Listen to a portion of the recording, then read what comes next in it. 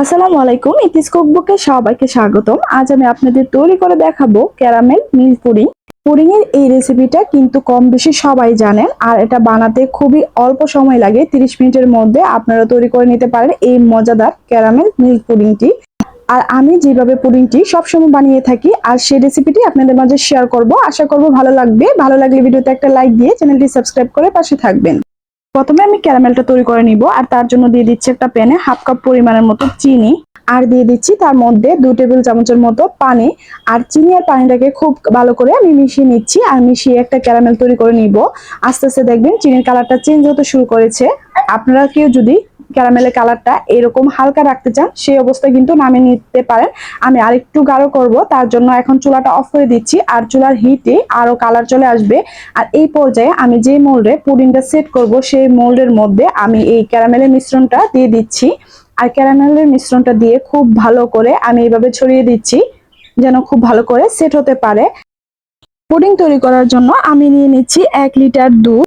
আর কেউ যদি 1 লিটার দুধ দিয়ে না করতে চান, তাহলে কিন্তু হাফ লিটার দুধ দিয়েও করতে পারেন। 10 থেকে 15 মিনিটের মতো আমি দুধটাকে জাল করে নিব মিডিয়াম টু হাই হিটে। আর দুধটাকে আমি হাফ লিটার পর্যন্ত কমিয়ে নিব।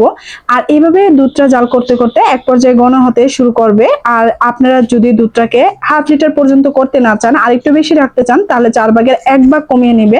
তাহলে ডিমের পরিমাণটা একটু কম বেশি দিতে হবে।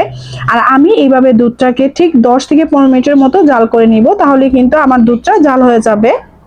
পুডিং এর মিশ্রণটা এখন করে নিব। তার জন্য আমি এখানে নিয়ে নিচ্ছি 4টা ডিম। আমি যেহেতু 1 লিটার দুধকে জাল করে হাফ লিটার করে নিয়েছি, তার জন্য আমি এখানে 4টা ডিম নিয়েছি।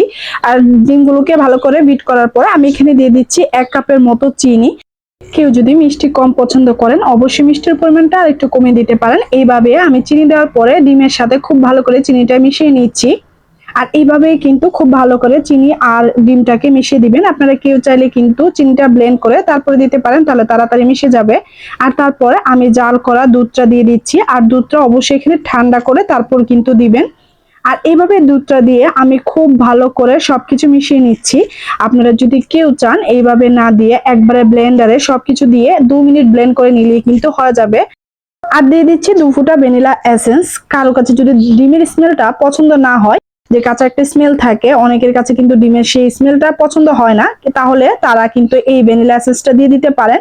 কারো হাতের কাছে না থাকলে তাহলে কিন্তু স্কিপ করতে পারেন। এই ভ্যানিলা এসেন্সের জন্য কিন্তু টেস্টের কম বেশি হবে না। আর দেখতেই পাচ্ছেন আমার ক্যারামেলটা অনেক সুন্দরভাবে সেট হয়ে গিয়েছে। আর এখন সেই মোল্ডের মধ্যে আমি পুডিং এর মিশ্রণটা দিয়ে দিচ্ছি। আর তার আগে একটা ছাঁকনি দিয়ে এইভাবে ছেঁকে দিচ্ছি, যেন কোনো প্রকার লাম্পস না থাকে, আর পুডিংটা অনেক বেশি মসৃণ হয়। আর এইভাবে আপনারা করে নেবেন, তাহলে দেখবেন পুডিংটা অনেক বেশি মসৃণ হয়। আর তারপরে একটু ফয়েল পেপার নিয়ে আমি মুখটা এইভাবে সিল করে নিচ্ছি। আর এইভাবে আপনারা করে নেবেন। যেহেতু আমার এই মোলটার মধ্যে কোনো ধরনের ঢাকনা ছিল না, তাই তার জন্য আমার হাতের কাছে ফয়েল পেপার ছিল, আর ফয়েল পেপার দিয়ে খুব সুন্দরভাবে আমি মুখটা আটকে দিচ্ছি। পুডিংটা বাপে দেওয়ার জন্য আমি প্রথমে একটা প্যানে অল্প পরিমাণ পানি দিয়ে একটা স্ট্যান্ড দিয়ে দিচ্ছি, আর তারপর পুডিংয়ের যে মোলটা ছিল সেই পুডিংয়ের মোলটা এখানে বসিয়ে দিচ্ছি। আর স্ট্যান্ডটা দিলে একদম নড়াচড়া হয় না, খুব সুন্দর করে বসে থাকে। আর তার জন্য এইভাবে দিয়ে আমি 10 থেকে 15 মিনিটের মতো ঢাকনা দিয়ে ঢেকে মিডিয়াম টু লো হিটে চুলার আঁচটা দিয়ে পুডিংটাকে করে নিব। আর এইভাবেই কিন্তু পুডিংটা তাড়াতাড়ি হয়ে যায়, ঠিক 10 থেকে 15 মিনিটের মধ্যে পুডিংটা হয়ে যায়। আপনারা সেম ভাবে যদি করে নেন, তাহলে আপনাদেরটা হবে। 15 মিনিট পর আমি কিন্তু চুলাটা অফ করে দিয়েছি, আর আমি আপনাদের একটু দেখাচ্ছি আমার পুডিংটা কিরকম হয়েছে। ঠিক 15 মিনিটের মতোই সময় লেগেছে আমার পুডিংটা হতে। আর তারপর এরকম একটা স্টিক নিয়ে আমি আপনাদের একটু দেখাচ্ছি এটার ভিতর থেকে হয়েছে কিনা। একদম পারফেক্ট ভাবে কিন্তু ভিতর হয়েছে, এখানে লাগছে না। আর এইভাবেই আপনারা 15 থেকে 20 মিনিটের মধ্যে পুডিংটা কিন্তু করে নিতে পারেন। আর পুডিংটা এরকম বের করে তারপর 1 ঘন্টার জন্য ঠান্ডা হওয়ার জন্য রেখে দিবেন। 1 ঘন্টা পর বের করে তারপর একটা নাইফ দিয়ে এইভাবে 4-5টা ছাড়িয়ে নেবেন, যেন এটা বের করতে সুবিধা হয়। আর এইভাবেই আমি পুডিংটা তৈরি করে নিব। এখন আমি ডিমোল্ড করে নিচ্ছি।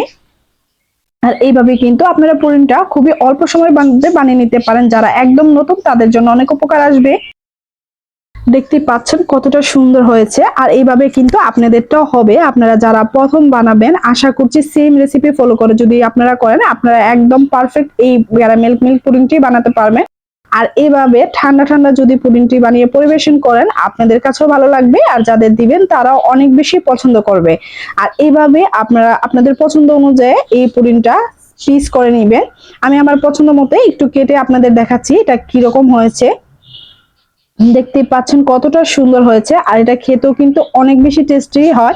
একদম অল্প সময়ে আর অল্প উপকরণে আপনারা এই মজাদার পুডিংটি তৈরি করে নিতে পারবেন। আশা করছি আপনাদের কাছে ভালো লেগেছে, আর যদি ভালো লাগে লাইক কমেন্ট শেয়ার করে পাশে থাকবেন। যারা আমার চ্যানেলটি এখনো সাবস্ক্রাইব করেননি আমার চ্যানেলটি সাবস্ক্রাইব করে পাশে থাকবেন, আর যারা আমার ফেসবুক পেজ থেকে দেখছেন আমার পেজটিতে লাইক এবং ফলো দিয়ে রাখবেন।